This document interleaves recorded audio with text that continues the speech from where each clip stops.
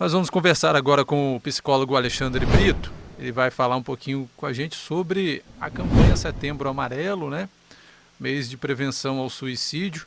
Neste mês de setembro, a gente sempre lembra aí a importância de se falar sobre esse assunto, né? Para a gente evitar casos de suicídio. Dia 10 de setembro é oficialmente o Dia Mundial de Prevenção ao Suicídio. Mas a campanha que acontece aí durante todo o mês, só para a gente dar aqui um panorama desse problema, são registrados cerca de 12 mil suicídios todos os anos aqui no Brasil e mais de 1 milhão no mundo, de acordo com informações da campanha Setembro Amarelo. Cerca de 96,8% desses casos de suicídio estavam relacionados a transtornos mentais. Em primeiro lugar está a depressão, seguida do transtorno bipolar e logo depois o abuso de substâncias. Alexandre vai falar um pouquinho com a gente sobre esse assunto aqui agora. Alexandre, obrigado por atender a Band News, conversar com a gente aqui sobre esse assunto que é tão importante. Olá, Rafael, pessoal que está nos ouvindo agora, e realmente esse é um assunto muito importante.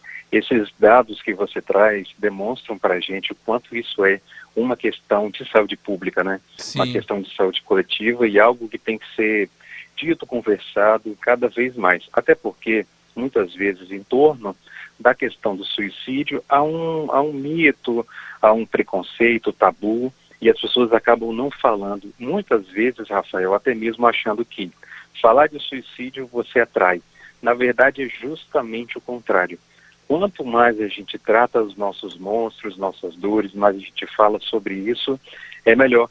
Isso contribui mais, como nós estamos fazendo aqui, para que pessoas possam saber, inclusive, procurar ajuda em momentos de dificuldade, de dor na alma, quando estão sofrendo alguma perda, alguma depressão. E às vezes a pessoa lida com algo em silêncio e não sabe lidar com isso e quer eliminar essa dor. E muitas vezes, infelizmente, o meio acaba sendo o suicídio. Sim. Alexandre, eu ia justamente entrar direto nessa questão, né? Você já destacou que é um assunto que é tabu ainda para a maior parte das pessoas. Você falou que é importante a gente falar sobre isso, mas como a gente deve falar sobre esse assunto? A gente deve falar sobre esse assunto de forma mais aberta possível, tá? Muitas vezes uma pessoa não fala sobre o suicídio com medo da reação do outro, porque às vezes o outro, e os próprios transtornos mentais também são tratados como tabu, vai achar que é uma bobagem, que é uma bobeira, que é uma frescura, que é uma fraqueza, e na verdade não é, tá? Pelo contrário, cuidar de si não é uma fraqueza, pelo contrário. Então, é preciso falar sobre o suicídio, perguntar se a pessoa tem pensado nisso. Quando a gente faz algum acompanhamento, a gente quer saber, inclusive, se a pessoa já planejou, se ela não planejou, se ela já tentou, se ela não tentou, se ela tem conversado com alguém sobre isso, pois ela pode encontrar ajuda, tanto na sua rede de apoio, que é a própria família, pode encontrar ajuda com amigos, ou até mesmo quem pode salvar essa vida dessa pessoa que está sofrendo é um estranho. E esse estranho pode ser um profissional de saúde, pode ser alguém do Centro de Valorização da Vida, que a pessoa pode fazer uma ligação. Então, é muito importante falar sobre essa questão. Às vezes você perde alguém, termina um relacionamento também, e não sabe lidar com essa perda, com essa dor. Talvez seja um meio de evitar ou de trabalhar essas dores da alma com um diálogo. Então, sim, dá para conversar abertamente sobre o suicídio, inclusive com crianças. Você pode conversar sobre isso, sim, você não incentiva, tá? Da mesma forma que a educação sexual também não incentiva necessariamente o sexo genital, pelo contrário, você previne vários problemas. Então, falar sobre o suicídio é algo que pode ser feito sem grandes dificuldades para você evitar e não incentivar. Alexandre, a gente às vezes tem pessoas no nosso convívio, né, tem algum desses transtornos mentais, que são as principais causas do suicídio, ou às vezes essas pessoas sequer são diagnosticadas. A que as pessoas que estão em volta dessa pessoa que tem, que visivelmente tem algum problema, devem ficar atentos? Que sinais devem ser notados aí para que a pessoa possa falar sobre o suicídio com essa outra pessoa próxima? Olha, Rafael, caso perceba mesmo esses sinais, é muito importante dar atenção a eles, porque nem sempre se percebe. Às vezes você nem sabe que você convive com uma pessoa que está sofrendo uma depressão. Porque a depressão não se manifesta, por exemplo, eu estou pegando o exemplo da depressão, nem sempre se manifesta só com uma pessoa triste, uma pessoa inibida. A depressão ela pode aparecer de diversas formas, até mesmo de forma agressiva. A pessoa pode lidar com respostas ao mundo e as exigências do mundo de uma forma talvez até que ela se estranhe. Então, se perceber esses sinais, mudança de comportamento ou alguma coisa relativa a isso, os familiares ou amigos, eles podem estar conversando com a pessoa de forma a acolher, evitar o julgamento moral dessa pessoa, evitar criar uma hierarquia, eu estou bem, você não, ou evitar um julgamento, você precisa se esforçar mais, por exemplo, isso é uma coisa que não é tão boa falar para a pessoa, porque ela já faz o seu próprio esforço, mas nem sempre isso é perceptível. Mas se for, poder dar essa atenção, essa escuta, e às vezes as pessoas da família e amigos, eles se sentem impotentes, Rafael, se sentem impotentes porque querem que a pessoa melhore e não conseguem fazer nada, ou melhor, já fizeram tudo que elas acreditam que poderiam ter feito, mas tem que saber que às vezes, mesmo você se sentindo impotente, mas dando aquela atenção para aquela pessoa, escutando de uma forma sem julgamento, e quem sabe também ali, já abrindo e acompanhando essa pessoa para um serviço de atendimento, um tratamento psicológico ou algo na área da saúde mental, já é sim um grande passo, se manter à disposição da pessoa, se manter em contato com essa pessoa, né? Se colocar sempre à disposição da pessoa para isso é fundamental, porque só quem sofre uma depressão ou transtorno mental sabe a dor que é e a dificuldade que é para agir, para viver uma vida, vamos colocar assim, mais comum, uma vida cotidiana, né, com sofrimento normal. Então, o que eles podem fazer é justamente isso, tá? Dar atenção, ouvir sem julgar e, se possível, fazer ali um encaminhamento para profissionais de saúde mental. É muito comum também a comparação com outras pessoas, né, Alexandre? Às vezes a abordagem segue da seguinte forma: você tá triste, mas tem gente que está sofrendo mais que você não devia ficar assim. Isso não é bom também, né? Perfeito. Exemplo excelente que você traz, isso acontece muito. A dor, pessoal, a dor, ela não é mensurável. Você não pode dizer qual dor dói mais. Tanto que no suicídio, Rafael, o que acontece é exatamente isso. A pessoa não necessariamente quer acabar com a vida dela. Ela quer acabar com aquela dor que ela não suporta, aquela angústia que está fazendo com que ela não se reconheça, aquele sofrimento que ela acredita que não pode mais recuperar a capacidade de fazer escolhas, de desejar e de se abrir para uma alegria novamente. Então, às vezes, a pessoa só quer eliminar uma dor, mas acaba eliminando toda a própria vida. Então, realmente, fazer comparação é algo muito infeliz. Não deve ser feito de forma alguma. Você não pode julgar o outro, você não pode tentar comparar, mas, como a gente estava justamente falando, dar um acolhimento para essa pessoa sem o julgamento, escutá-la ao máximo possível e dar todo apoio e suporte para que ela saia disso, sem acreditar, que isso é muito importante, tá, Rafael? É importante dar justamente essa atenção para a pessoa, sem acreditar necessariamente que o sofrimento ou a recuperação dela vai depender de uma vontade voluntária da pessoa. Ela quer melhorar, mas ela não consegue. Então não adianta ficar apelando ali para que ela melhore voluntariamente no sentido de um esforço, como se ela não se esforçasse, entende? É como se ela tivesse tomada por um adoecimento, é como se fosse às vezes um câncer que consome a energia da pessoa. E não depende simplesmente dela querer simplesmente levantar, simplesmente tomar atitudes, não é muito por esse caminho. É algo que depende de um tempo, envolve outras questões profundas que um profissional da psicologia poderia trabalhar e às vezes também fazendo ali uma associação junto com um profissional da psiquiatria, acompanhamento tanto psicológico quanto uma terapia medicamentosa podem contribuir muito nesses casos, mas não exigir da pessoa um esforço como se o sofrimento dela fosse um fracasso dela mesma. Alexandre, acho que é impossível a gente não abordar um assunto que aqui no nosso estado acontece, infelizmente, de forma comum, né? Nós temos uma situação que é recorrente aqui, infelizmente, que é a da terceira ponte.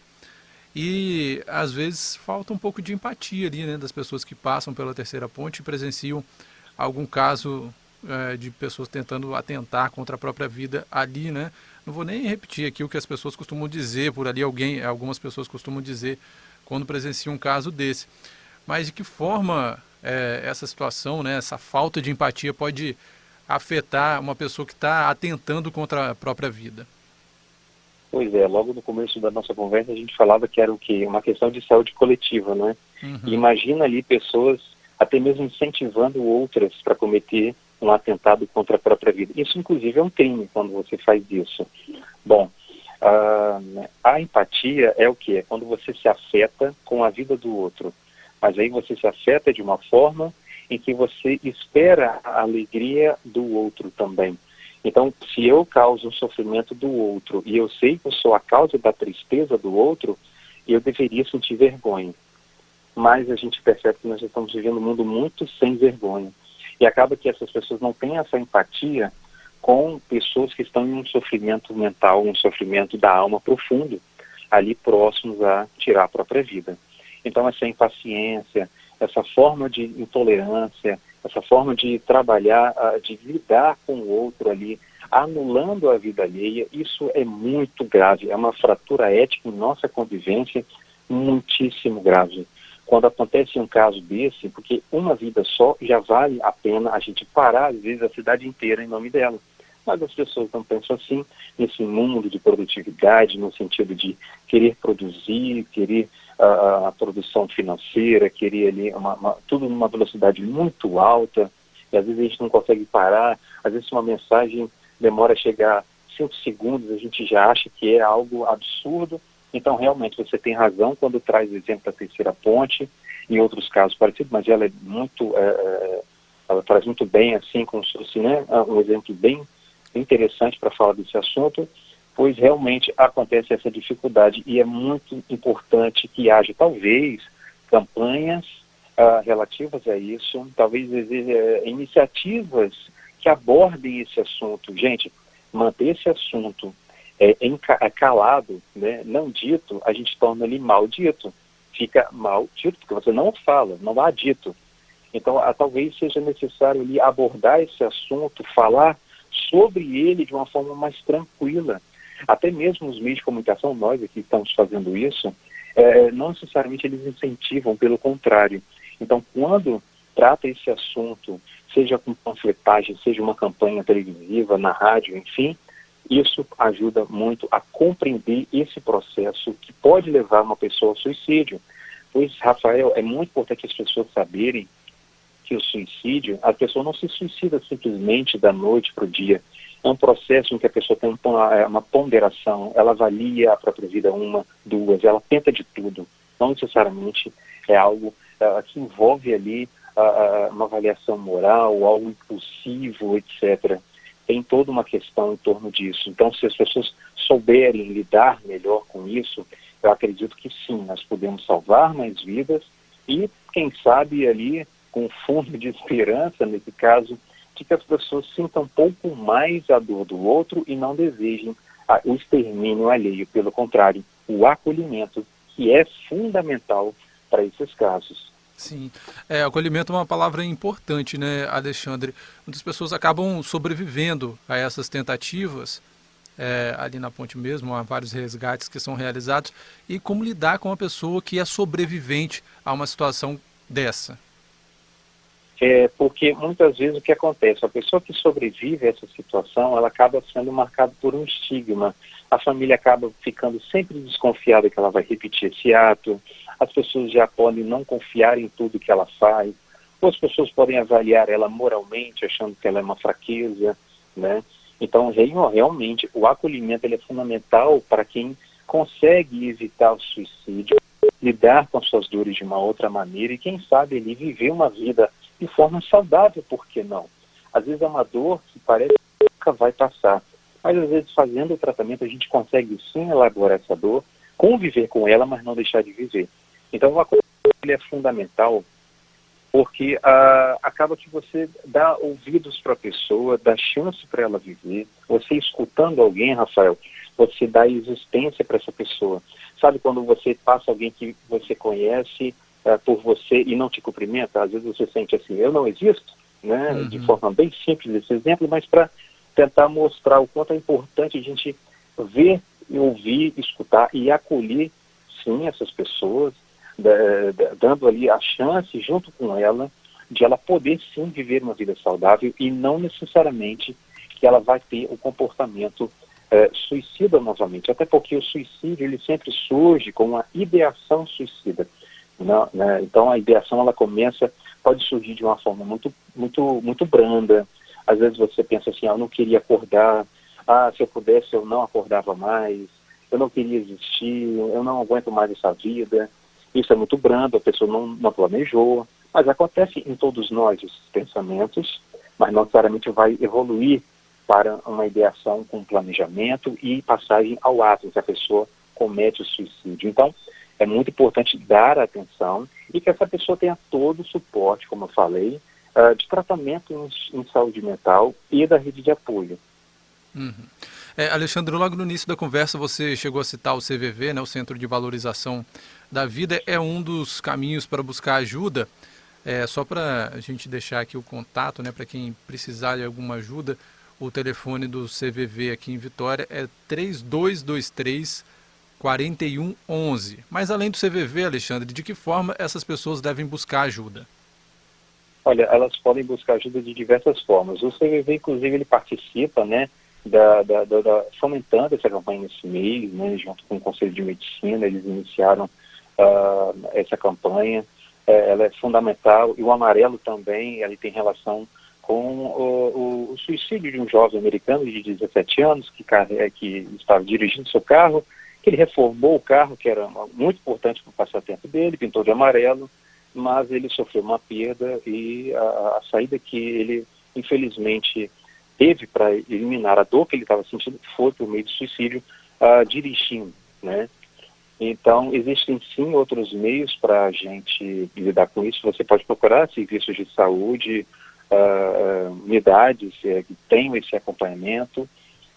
Você pode fazer um contato com profissionais de saúde mental também. Mas o principal e o primeiro, geralmente, é a própria rede de apoio, que são amigos, familiares, que são pessoas que vão ali dar essa assistência, né? Além dos serviços de assistência que temos, né, que são ofertados. Então, isso tudo pode contribuir para que evite, né, que a saída seja o suicídio. Nós conversamos então agora com o psicólogo Alexandre Brito, conversa com a gente aqui toda semana na Band News FM Espírito Santo. Está falando agora sobre a campanha Setembro Amarelo, né? Campanha de prevenção ao suicídio, um assunto muito importante. Alexandre, muito obrigado, viu, por conversar com a gente, você trazendo todos esses esclarecimentos aí, falando sobre esse assunto que realmente é muito importante, né? E a gente vê os números de suicídios aumentando, a cada ano sendo números realmente muito expressivos. Obrigado, viu, Alexandre? Eu que agradeço, que a gente possa sempre falar sobre esse assunto, não só em setembro, que setembro seja o mês em que ele seja dito talvez de forma mais intensa, mas que ele possa servir, né, para qualquer dia e época do ano. Eu que agradeço e até a próxima. Até a próxima, um abraço, tchau, tchau.